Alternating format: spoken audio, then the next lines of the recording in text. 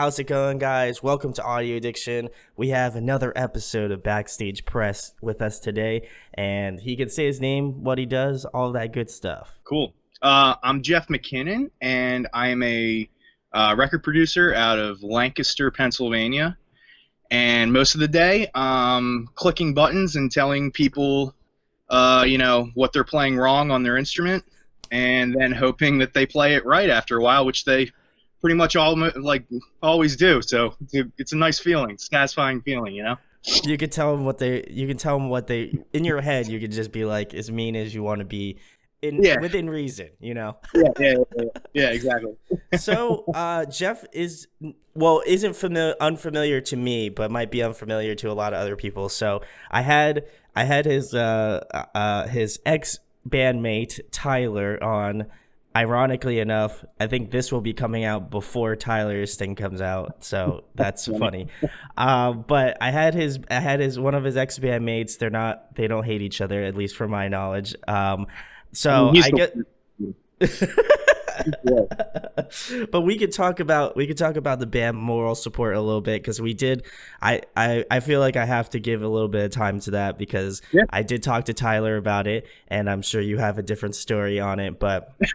But I know that you guys kind of went through. You guys had a lot of shit going for you, and I was like, and I told Tyler this. I was just like so stoked to see what was coming next, and then you guys kind of like disappeared after like a little bit of time, so I'm curious to get your take on it, because he said like something to the effect of like that. You know, things had changed. Everybody wanted different things. I know you were doing your like production stuff along with Evan and things of that nature. So do you feel like it was just time for the band to kind of disband? And I guess like, you know, how'd that conversation go? Because he told me that you guys had you all kind of sit down and you're just like, you know, what do we feel like the band's going to do next? Yeah. It's kind of funny because, we're obviously all, like, for people that don't know, we're all still like best friends. Like, literally, we talk to each other every single day. And like me and the drummer Seth, we play like NHL, like EA Sports NHL. Oh, I got like you. Almost every day with each other. Like, we're constantly talking to each other still. Like, it's almost like we're still a band. Like, it's weird. But when we broke up, we had, and I don't know like if this is like news to people, but we had a new single and music video like ready to go. Yeah, and he said that. Yeah, like, and it was pretty sick too. It was like it was still moral support sounding. It was a little bit different though, a little bit darker, I'd say. But we had it all ready to go, man. And like, we just kind of got in this funk, I feel like, where I knew that I had like I started lagging behind, I feel like, a little bit with producing stuff and all that. Sure. And like my schedule started getting a little flipped and stuff, so I know for me it was definitely more of a timing thing with like how my career is kind of going. And like it was kind of like the worst time in my career spot that I should be doing a band thing. Like, it probably wasn't the best of times. Like, I feel like I know some producers now that are like older and like really established that like they can get away with doing that because they have a consistent work coming in, so they don't have to worry about it. But that was probably the biggest thing for me. But I know the band was just so funny, man. Like, yeah, we recorded that EP. Like, the songs that like Tyler came in with were just like the genre swapping was all over. Oh, he said this, yeah. Dude, it was ridiculous. Like, he'd have like pop punk songs, and then like acoustic kind of songs, and then like heavy songs, and it was like, what do we do? So, and I feel like that kind of comes across in the music a little bit too, where it's like, okay, these guys all have a lot of different influences, and they just kind of mangled them up, right? So, dude, yeah, it was definitely one of those things, like, we kind of, I think, all wanted to do different things, and we kind of realized how serious the band was and, like, where it was going, and we were like, I don't know if we want to do like this music though. Like, I don't know. Like, it was kind of, I feel like it was more of that thing where like we weren't all on like the same exact page. Um, but yeah, man, it was a really fun time doing that. And like we got to play Warped Tour a couple times or whatever. And it was, it was just so much fun. And like having all the guys like drive out to like Massachusetts and stuff. Yeah. And like, it was sick, you know? But yeah, I don't know. We still all talk to each other. Everybody's doing their own stuff. I know Tyler, I'm sure he's talked to you about it. He's Yeah. starting to get into producing stuff these days, and you know, he did some Honcho McGuffin songs with me. Yeah. That are always a fun time. But yeah, man. I mean, yeah, and then we all like hate each other and want to kill each other, and that's the end of the story. There we go. Well, I'm glad you put that on the internet, as you all hate each other, and I'm not totally gonna use that as clickbait in this video.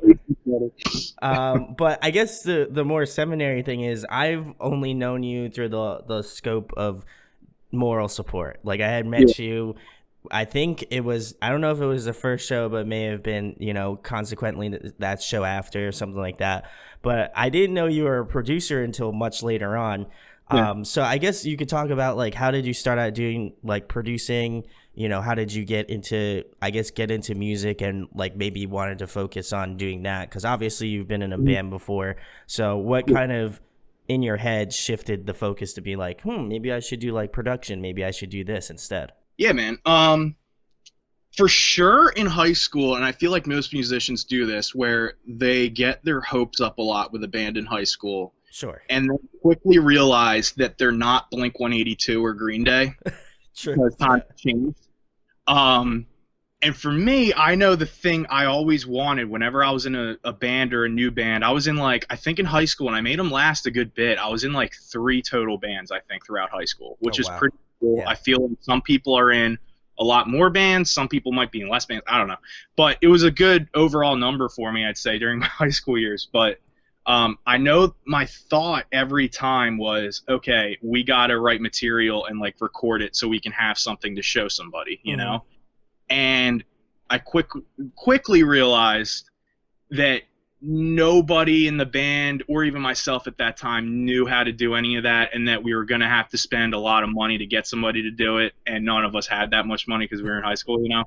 So, you know, I kind of realized, like, okay, these bands aren't going anywhere. Let me try to, you know, figure this out to where I can join a band and kind of mold them and get something, like kind of take charge a little bit, you know? Yeah. Not in an aggressive way, like in a passive way, like I want to help, but like, you know, I want to do this. So, certainly, you know, dude, I think like one of my friends gave me, just like you have, like a small interface, you know? Yeah. At that time, you know, the one I had like barely worked, but I started messing around with stuff on my computer. I know the cheesiest thing I did back in the day was go on like YouTube and get like instrumental stems from like Metallica songs. Yeah, dude, they have them. All those old songs, they're up there for the taking on YouTube. Yeah. Like, you know, like Metallica, like Enter Sandman, only, you know? So I get all those parts, so I have individual tracks and stuff, and like put them down on this like super free software, and just try to like do weird stuff with them and mangle them as much as I can to try to learn and stuff. So I did that for a bit, and then I started actually like, okay, I need to, you know, track myself and track guitars and everything. And I got into doing that, and it was sick, and I had a great time with it. And then I'd say like senior year of high school is when I started taking it like actually serious, where I was like, hey, I think I have a knack for this, because a lot of people don't have that knack. So maybe I have a niche here. So yeah, man, like I started definitely recording like actual bands and like, you know, hitting up whoever I could for free. Like I wasn't even like charging at this point, you know? But then I went to college, and I went for like business and technology, and I'm going to just say it straight up. I didn't learn a single thing from college. It was horse crap.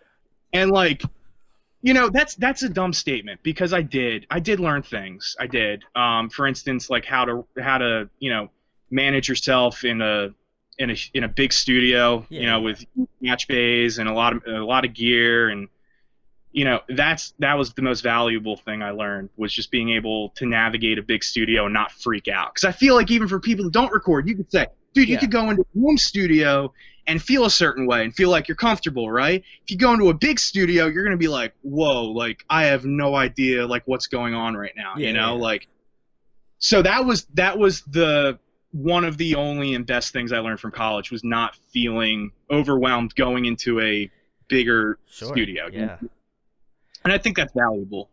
But yeah, man, went for guitars. I'm a guitar player. Like I've been playing for, what is it?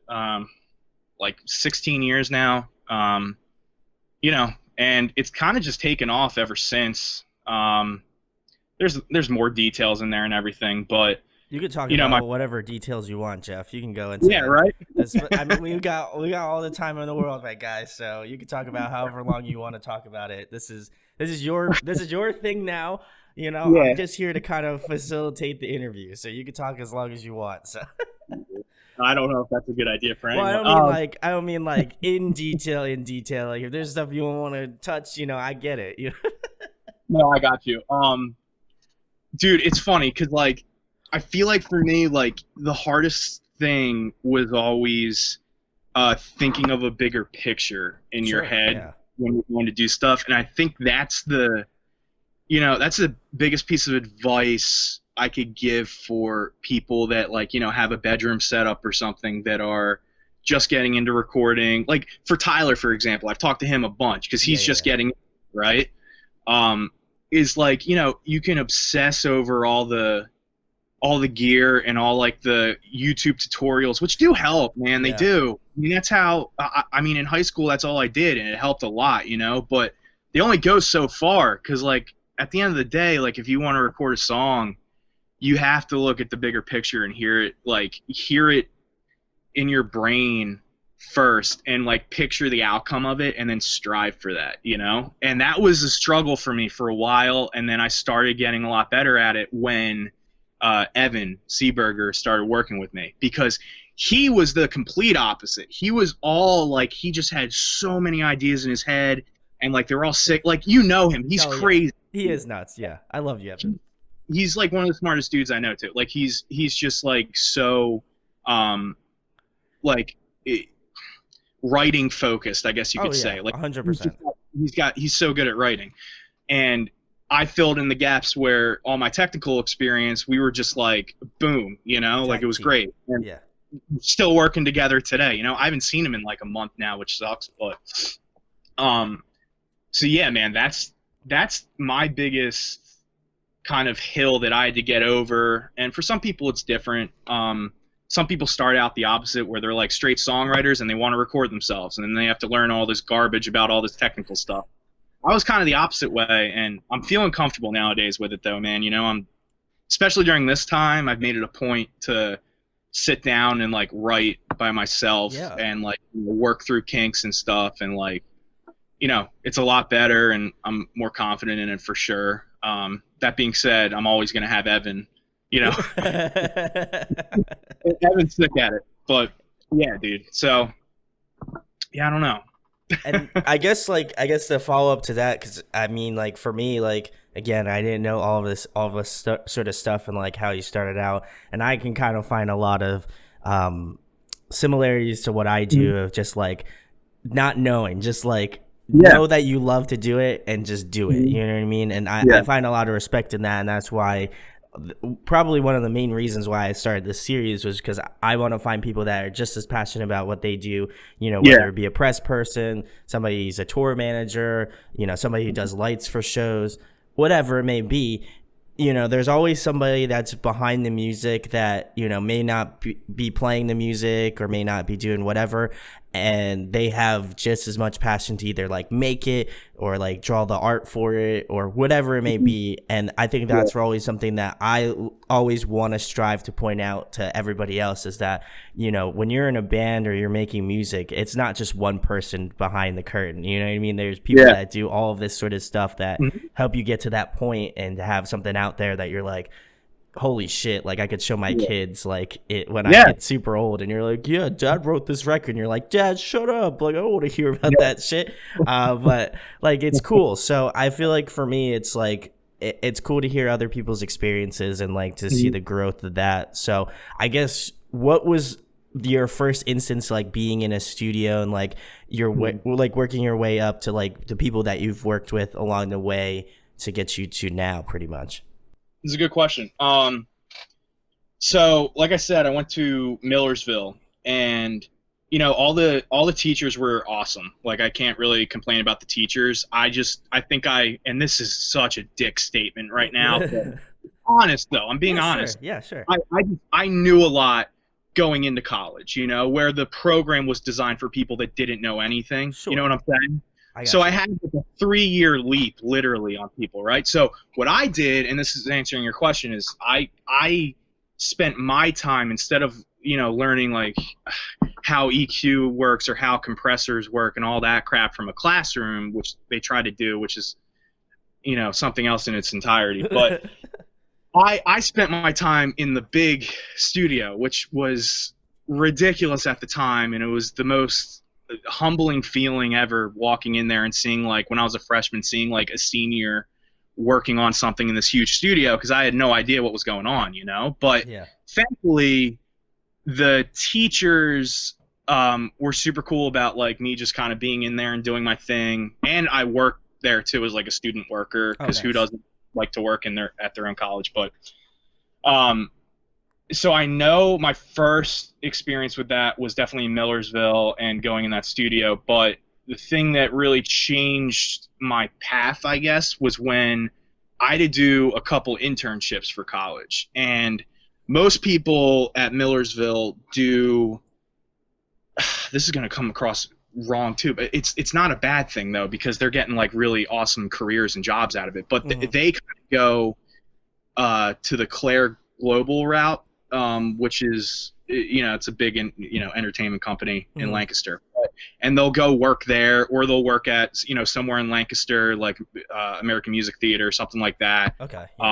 They'll go and do those internships, which are awesome, because that gives them experience. That's what you need to have an internship, is experience. Yeah. That's the main thing. And it gives them, you know, it's ease of access, it's close, and more than likely they're getting jobs out of it, which is sick.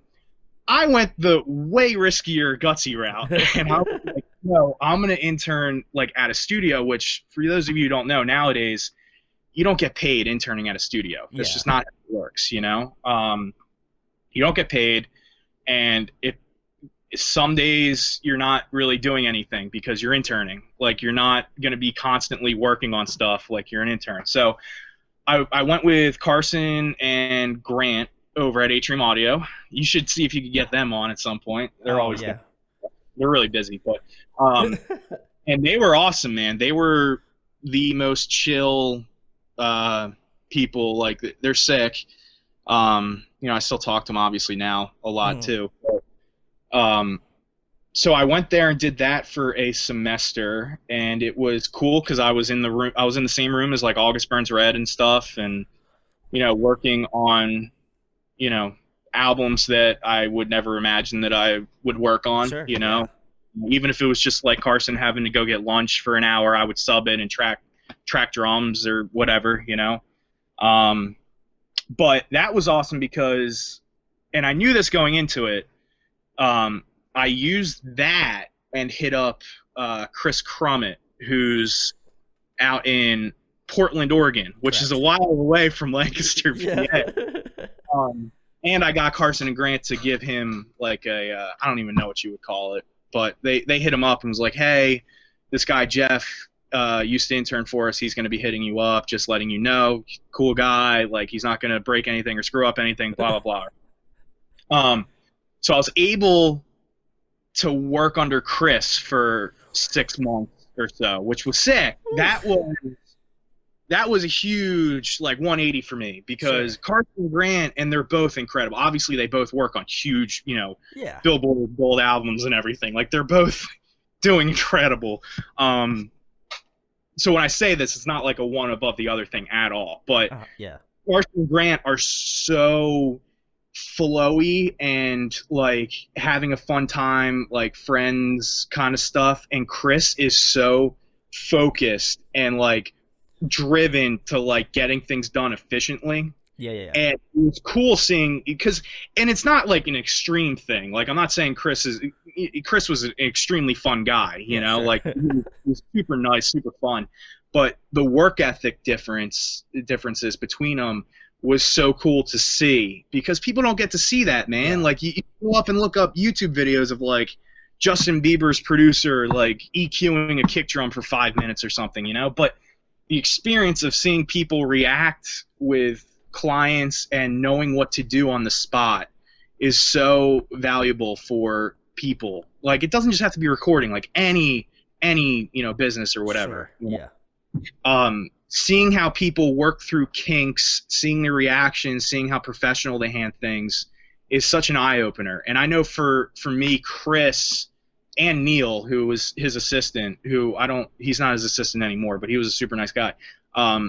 Their standards and their like, accuracy, if that's a good word for this, of like, getting a job accomplished was like out of this world, man. It was ridiculous. And I'm not saying Carson Grant don't have that, because they do 100%. It's just different, it's just, everybody's different the way they do things. So that was huge, man. Like seeing that and seeing the way that Kris would take a band and develop them over the course of an album, or Carson Grant take a band and develop. It was mind blowing, man. How fast they do stuff, how intensely they do things. Like, dude, people have no idea. Like, it's ridiculous. Like, it's absolutely absurd. When people are listening to music, they're just like, this is sick music. Dude, the effort, blood, sweat, and tears that go into this, like not only from artists, but they're like, recording engineers as well, is just like, it's insane, man. It's ridiculous. So that really got me where I needed to be, I feel like, with my path, I guess you could say. But yeah, I hope that kind of answers that question, No, absolutely. And I feel like for myself, just because I do, I have bands on, I have like, now I'm starting to have more like people behind the scenes and stuff. But I've always had an appreciation for producers. So like whenever I've seen like behind the scenes videos where they're like, oh, studio update, like we're doing this shit. I think for me, it's really impressive to kind of see like, because I've seen some with like Kris, I've seen some with like, Carson, and, I've seen so many of them where they're just like in their seat and they're like, you can see them like figuring out stuff. I like recently watched the Devil Wears Prada documentary that I think it was like No Sun, No Moon, and they went with what's his name? I know his name too. He's out of New York. Oh man, I forget his name. I don't listen to Devil Wears Prada. I should preface that. I don't listen to Devil. I'm pretty sure it's I know his first name is Dan. I'm pretty sure. Dan Corniff. Dan Corniff. Yeah, that's what it was. I couldn't think of his name for some reason. But he was in the studio. They were obviously, they shot the whole thing in the studio of them recording that record. And I was like looking at it and I was just like, he's just so like, I mean, obviously they had a good time and they're showing off him like goofing off. But like when he's like sitting there and he's just like, yeah, I don't think that riff's good or something like that. Or like, and you're sitting there and you're like, you don't realize all of the stuff that like goes into a record. And you're just like, there. And I've talked to other bands where they've been like, yeah, we've had ideas and they've completely shifted from like when you first listen to it all the way to like the very end where you're just like, this is the final product. And so I think it gives me a lot more respect when I watch those like documentaries and stuff where a band's in the studio and like a producer is like honest with them. They're like, I'm not feeling that one. I don't think that's going to hit as well. But if you change it up, maybe we can work it in and it will fit better. And that kind of, for most people outside of this, would seem like, oh, that's a dick move. Like, why would you say that? You know what I mean? But I think when you have a producer that cares as much about your music as you do, and it's almost like another like sixth or seventh or however many member it is, I think it's important. And I also feel like the record comes off so much better when you have somebody that like legitimately sits down with you and goes through all the tracks and just like, I wasn't feeling that one. Maybe you should try something else. Or maybe you should rhythmically change it up to do something else. And that's something that when I go through reviews and stuff, it's something I kind of like try to point out and pinpoint, because I'm not a producer, but I love that shit. That is like some of the best stuff, but I think it goes under the radar for most people. Yeah, no, for sure. And it's funny that you're talking about that, because I've had now 2 days this week where I've had, do you know Jeff Gray by any chance? You know that name? Sounds familiar, but Kid Cousin, if you know that band. No? No. To send you it. It's really sick. We did an album like literally 5-6 years ago, and it's ridiculous. But he's like a singer-songwriter. He sounds just like Dave Matthews. He gets pissed at me when I say that, but he's incredible. But he came over to do some solo project stuff, and I kind of had to be in that chair of switching, riffs around that he's playing to make them work with other riffs more, Sure. Like, dude, like you could have an artist come in, and if a producer doesn't do his job producing, he just records them, right? Because they are different things, Oh, 100%.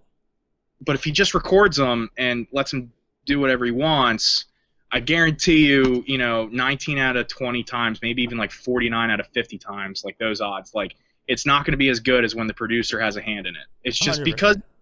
it's because there's two different people thinking differently. Okay, but you have to find that middle ground. That's the important thing. People are always going to be thinking, they're not always going to be on the same page with things, and you have to find a middle ground that makes both people happy. That's still the best result. That's the tricky part. But I know for him, dude, like he came in with some riffs, and I mangled them around a good bit, and we still got somewhere where he was happy. And the whole time I was like, yo, is this okay? Like, is this going to be cool? Because like we're comfortable enough to be like, no, that sucks. Don't do that. I don't like it. Yeah. That's always in my head when I'm working with people, and it's in Evan's head too, which is cool. Like, making sure that you're not changing the identity of what the person's going for, but making it better, even if it is, comes out different, and that's that gray area that's so hard to coast on, man. It really is, and that's our job. That's why we get paid, is because we can take what they have and make it better, but still keep their vision. That's the important part, because if a heavy metal guy comes in to record a heavy metal song, and the tracks or the riffs that he's showing me sound poppy, like I'm not gonna make the thing like the track poppy because he wants it to be metal, Yeah. I know that sounds stupid, but it's just like that basic understanding of it. You have to kind of keep that going, like throughout, even if it's just a little part, like a little guitar lead part, like because I only write like poppy stuff, like that's my thing, like I'm really good at it and I like doing it, but like I'll play something and Jeff would be like, no, that's too poppy, and I'm like, yeah, you're right.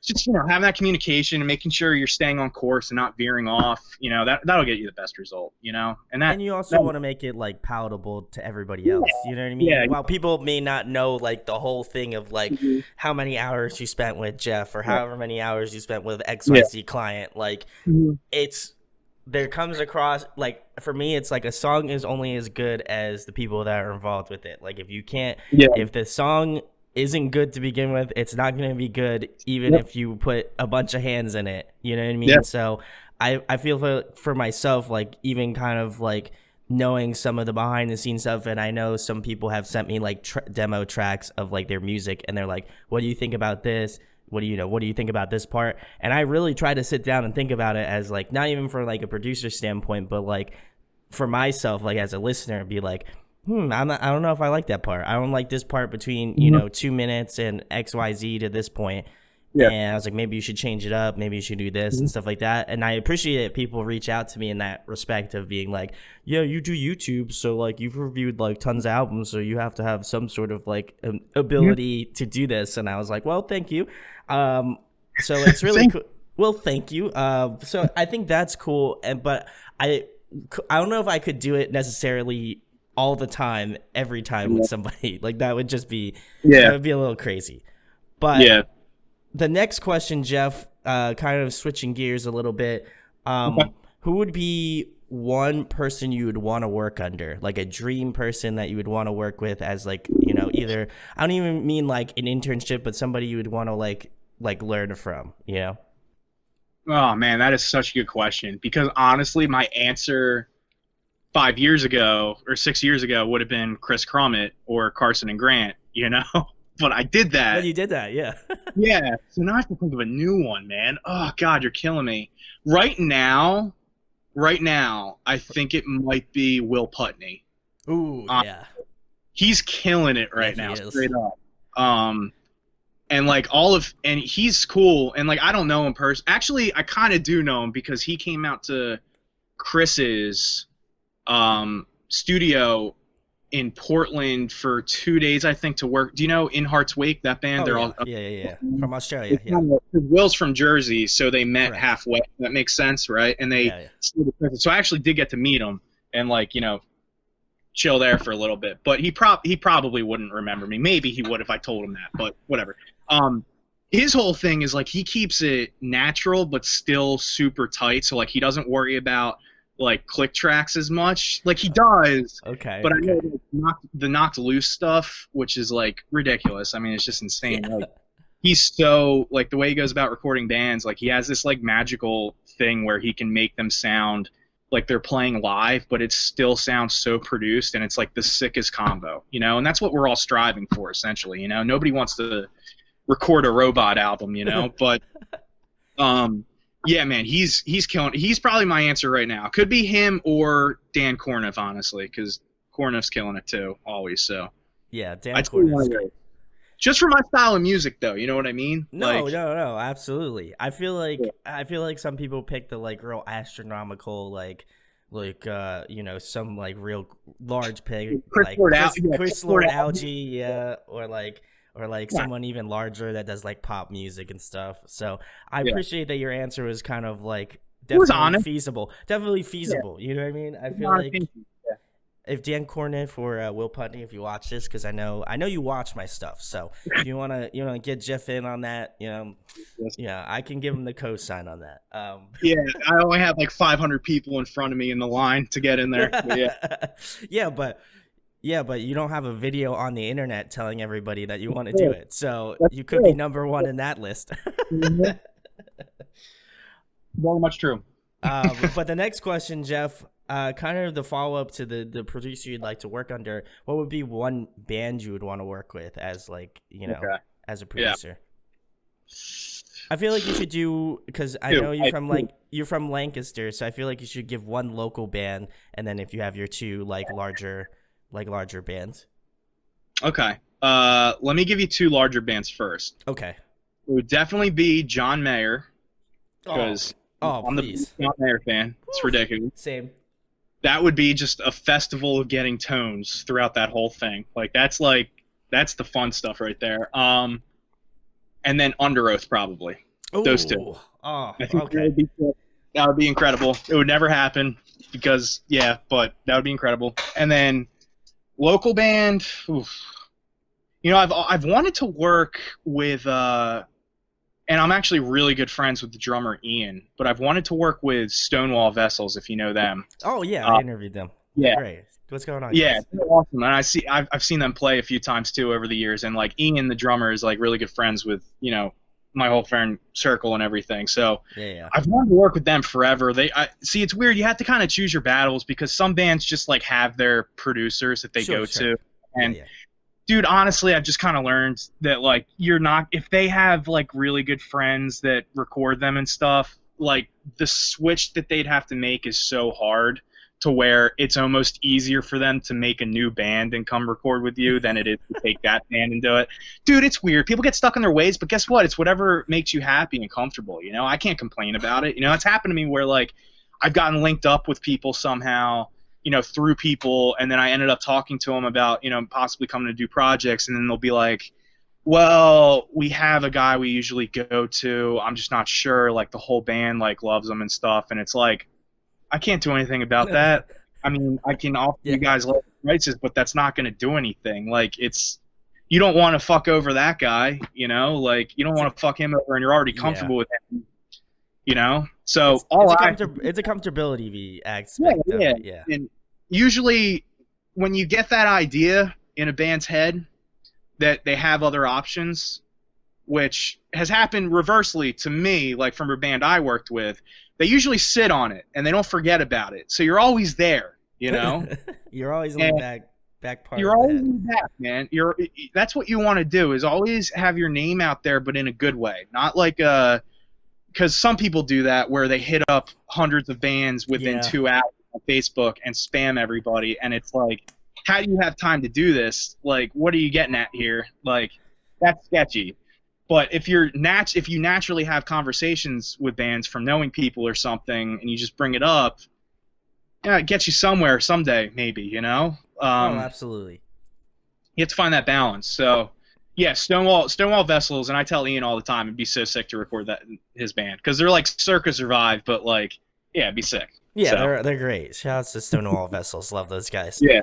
But the next question, Jeff, would be one I guess you can answer pretty well. What are some tips or like advice you would give to, I mean, obviously you kind of gave some a little bit earlier, so you can go a little bit more in depth with it, but like what are some tips or like things that you learned along the way, doing not only your own production work, but like working under, Kris and Carson and Grant, what are some advice you can give to people kind of starting out? Because a lot of this stuff on the channel is mainly focused on like people trying to get into either doing production or whatever, i.e. whatever subject we'll be talking about. So, what are some things that you've learned along the way that maybe could help somebody else out? Yeah, there's a lot. I'm trying to think of like the best ones though. I'd say one is sometimes thinking too much isn't the best answer. I know I'll try to like dive in, like if somebody's playing a guitar part over a section, I'll try to dive in and like make sure it's perfect sometimes, but I've gotten like sick results sometimes with like just letting them play it and like feeling the groove and stuff. And that goes down to minuscule levels too, not just like an overall guitar tracking level, but like, if you're starting out with this and you're trying to get things, down in a software that you're not used to yet, and you have songs that you're not mapped out in your head yet, and you're just kind of doing stuff, don't think too much. Just get stuff down and just mess around with stuff, Don't go into it thinking, oh, I have to make the sickest record that I'm going to release next week. Like, I have to do that right now and get, like, this song perfectly organized before. Like, how are you going to track a full song that you haven't even, like, thought of the flow of it yet? Like, conceptualized, yeah. You're going to get one riff down and be like, oh, what do I do now? Like, you just got to put stuff down, experiment with it, and, like, hear things and how they flow, So that's the biggest thing is hearing how things flow, I think, and not thinking too much about it and just feeling it, I'd say one that everybody says, but I'll say it in a different way, that learning from mistakes is definitely the best way to get better, but don't go into it being like, because everybody always says that all the time, and I feel like when somebody says that, in my head I think, okay, I'm going to try something like way different this time around, and like, if it fails, I know that I shouldn't do it. I feel like it should come more of like a fun place, like I'll be like, yo, Evan, I literally said this like 2 months ago when we were tracking drums here. I'm like, yo, Ev, give me that SM57. We're going to throw it in the couch right now. Like, we're putting it inside of a couch, And like, it wasn't even from a place of like, this is going to suck. It was from a place of, yo, we have an extra mic input. Let's try it. And we want to have some fun real quick just to tell people that we recorded from inside of a couch, So, and it came out sounding like really cool, like the track. I don't know if I even used it. I forget, but it was super cool. I probably did use it a little bit, but it was really, really cool. But take that same situation and maybe it sucks and you're never going to do it again. That's what people mean by learning from your mistakes, not going into something thinking, okay, if this doesn't work, then I'm not going to do it again. Going into something being super like energized about it and super passionate about it because you genuinely like want to do it, and then at the end of the day being like, yeah, I'm probably not going to do that again. You know what I mean? There's a difference there, though. And I think 100%. And I think that at least my brain, and I feel like a lot of people's brains, when somebody says like learn from your mistakes or like learning from experience and doing things wrong, in my head I always go to like, okay, like I should do crazy things and then see what's wrong. No, go into it like going about your normal stuff and then just kind of taking that in, you know? It's just kind of time. I'd say that's the word there, is time, you know? Yeah. And then the last piece of advice is having your instruments in tune when you're recording, whatever it is, your guitar, your bass, whatever it is, your drum set is going to get you to a place of, you know, good quality. That separates the boys from the men right there, is tuning, because you can, you know, demos sound like demos for a reason. It's you know, a lot of things, but tuning is a big one. So just keep tuning your guitar, go get it set up before you start messing around with stuff, or, you know, after you mess around with stuff and you're more confident with things. But and I tell Tyler the same thing, because Tyler's been like hitting me up a bunch about how to do stuff, and I've been kind of helping him along the way a little bit, and, you know, yeah. So I hope that kind of answers your question. No, absolutely. I feel like for me, like, you know, because sometimes I think people don't realize this, and I talked about it, I think in a live video I did recently, was that most people don't know, but all of those intro videos that you hear at the beginning of Audio Addiction, I wrote all of those. So nobody knows this. And so, like, for me, whenever I have like producers on and stuff, well, you're the first one, but hopefully more in the future. I'm just curious how like they go about stuff, and like obviously I've been playing guitar for probably as long as you have now at this point. And so like I know the stuff about recording guitar that's like comes easy to me, but then when I like go into like drums or I go into anything else, I'm just like, this is nuts. Like I was like, I don't know what to do. So like when I hear some of the stuff of like, just like go for it, just like mess around, see what you can do. And that's what I do, honestly. Like when I come up with like intro things, I just like mess around on the guitar. I'm like, does this sound cool? Like, can I use this? And then if not, if I can't use this now, I'll save it. It's in the back pocket. And maybe I'll use it for something else. Who knows? You know? So so I think that's really good advice. And do you have any advice for like bands that are coming to you specifically, like where they're just like, you know, like if like perfect scenario, like if a band, like I was in your band, if I was in a band and I was coming to you, Jeff, and I'm like, hey Jeff, I want you to record me, all this sort of stuff, I want you to, you know, produce my music, what do you want from me? Like what are some of the things you expect as like producer, recording engineer, you know what I mean? Yeah, so the biggest thing that I hate, that I absolutely can't stand, tell the people, and Evan hates it too, it's not fun, is when bands come in and they get a deposit down, and they all that stuff down, they come in and they want to say they want to track 5 songs, but they only have enough material for about like maybe 1.5. And even that stuff's gonna have to get changed around, okay?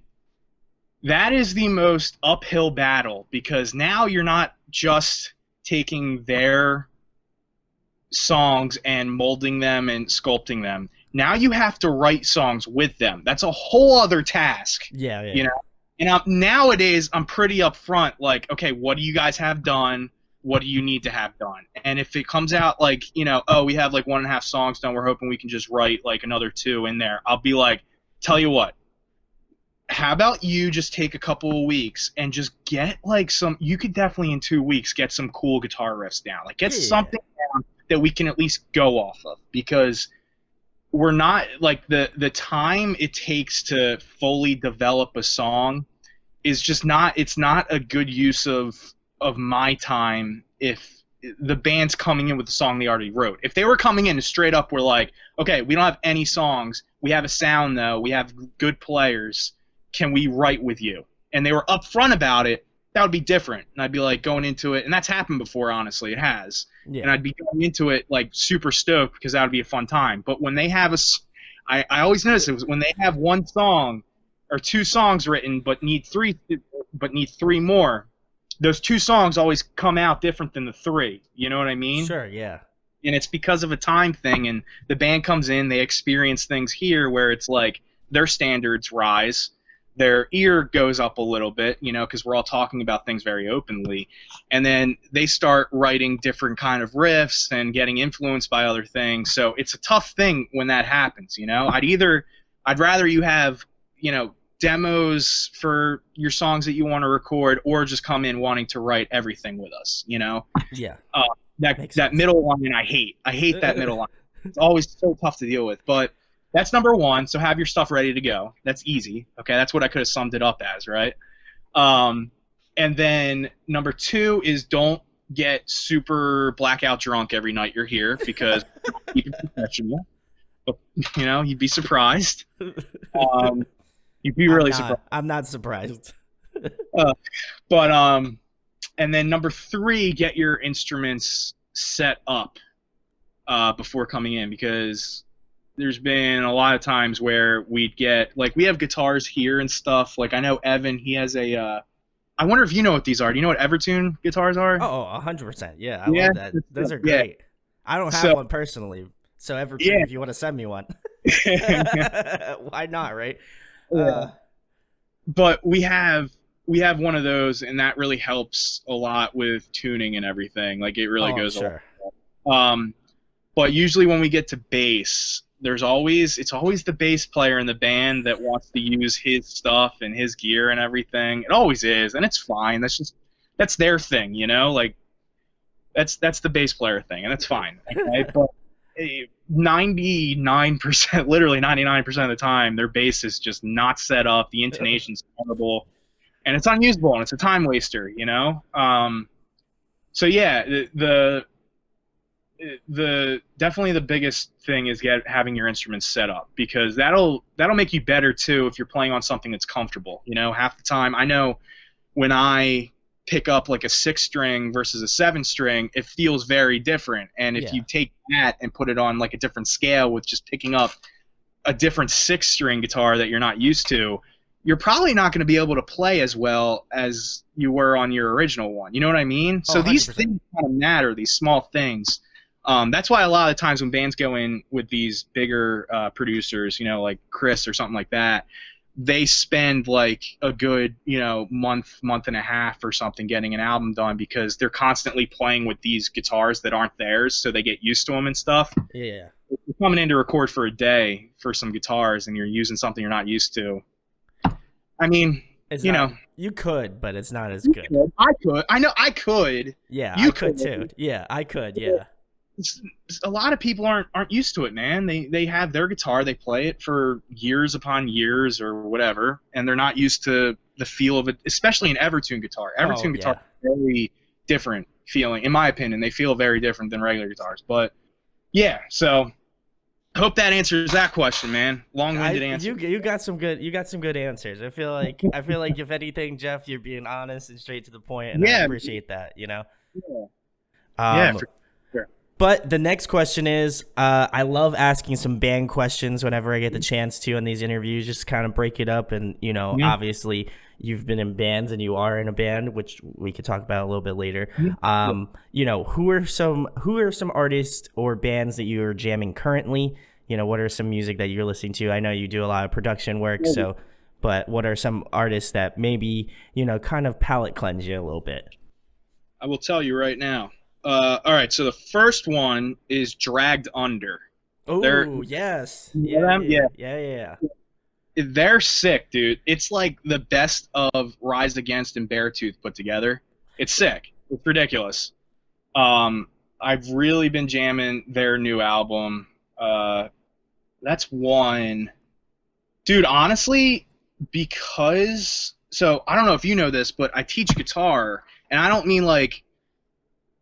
on like you know, hey guitar lesson kind of thing. I know what you're talking about. Yeah, I'm a director at School of Rock, which is an actual thing that I don't know if a lot of people know about, but I know a lot of my friends, believe it or not, they did School of Rock back in high school, and I think it makes some of the best musicians in the world, like right now at least. Like, people doing that program gets them experience, and that's what it's all. You know? It's different than just straight lessons. It's a whole thing, you know. But I teach there and I direct there, so I direct shows there too. But right now I'm jamming a lot of arena rock bands because that's my current show that I'm directing. So like, sick. Okay. Journey. Why am I blanking? Aerosmith, kind of. Yeah. Fleetwood Mac, stuff like that. Okay, yeah, classic rock.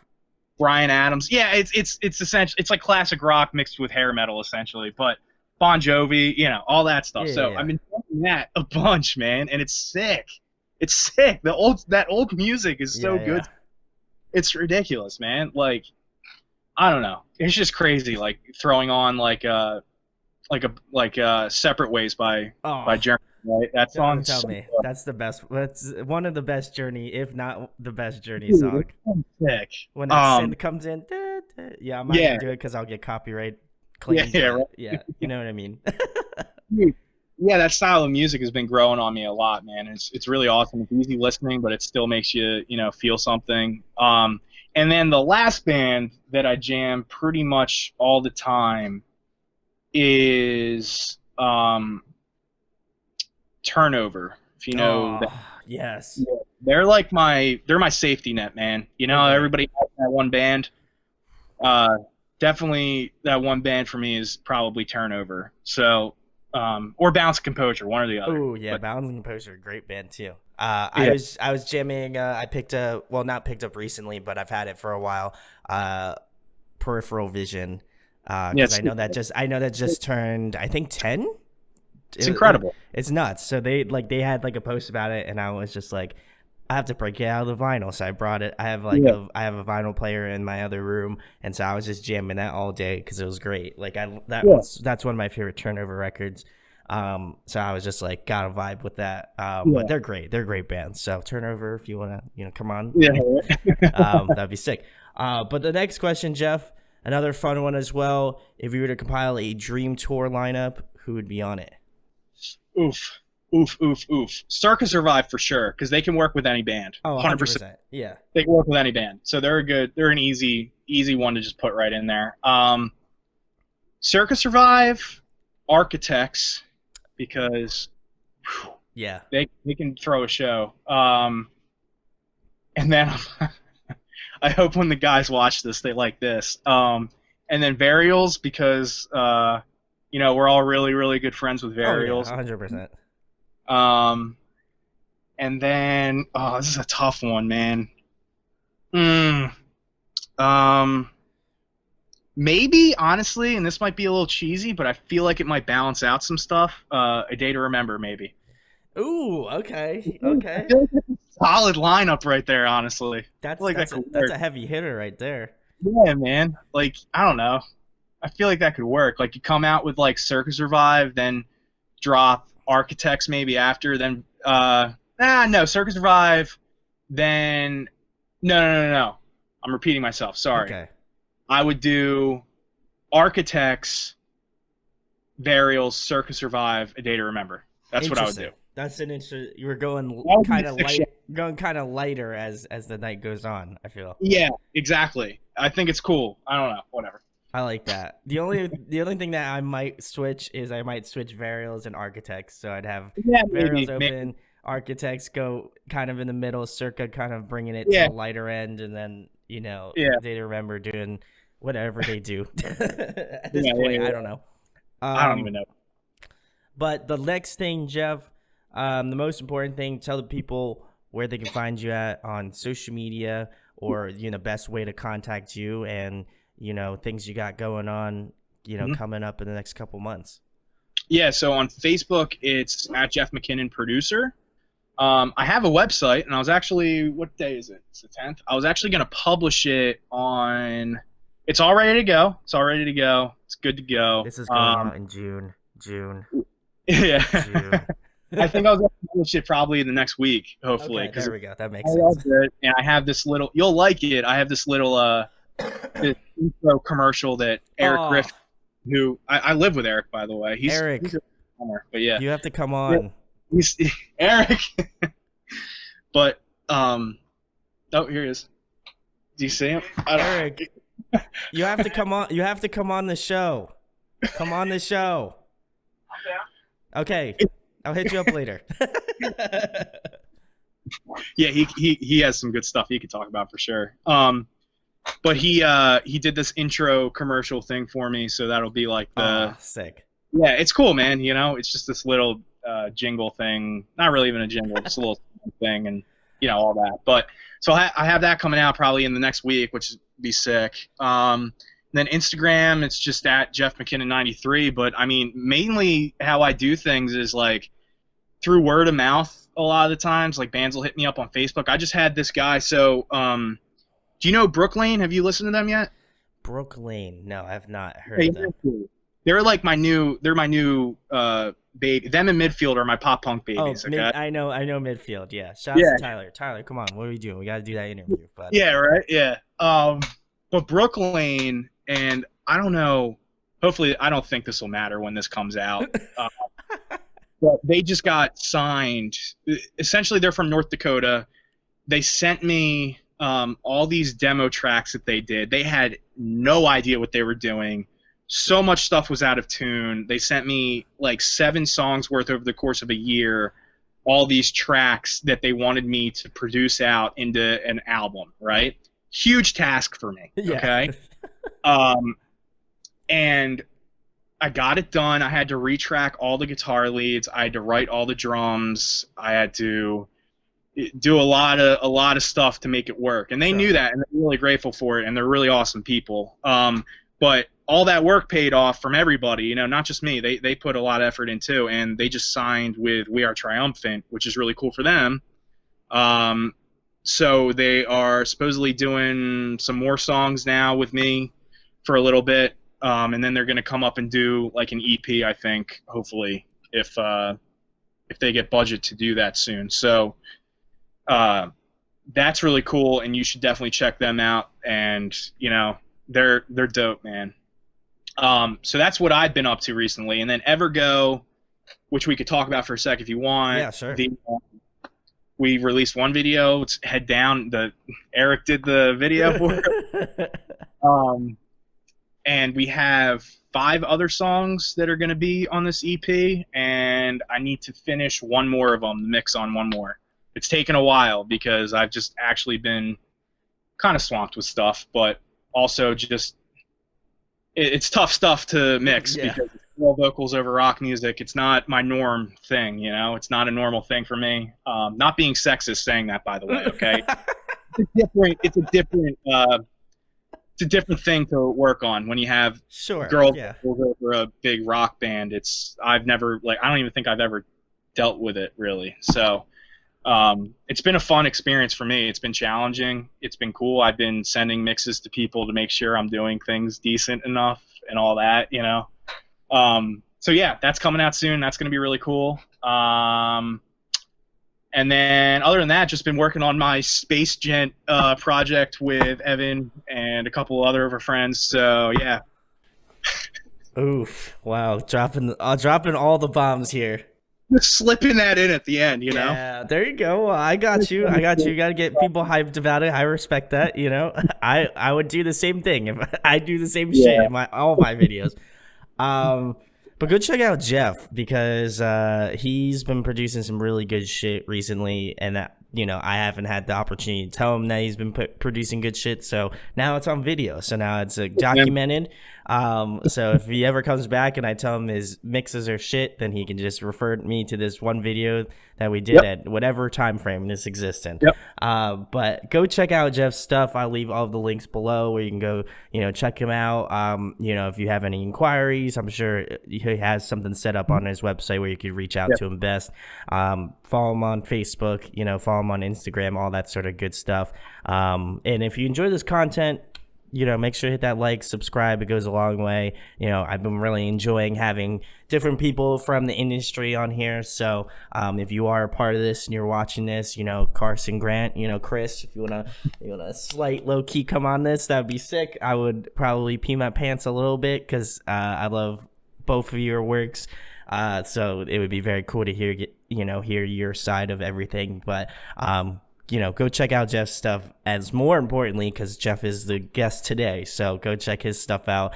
And thanks, of course, to Jeff for coming on today, man. Yeah, man. Thank you so much for having me, man. This was fun. It was nice to catch up, too, because we haven't seen you in a bit.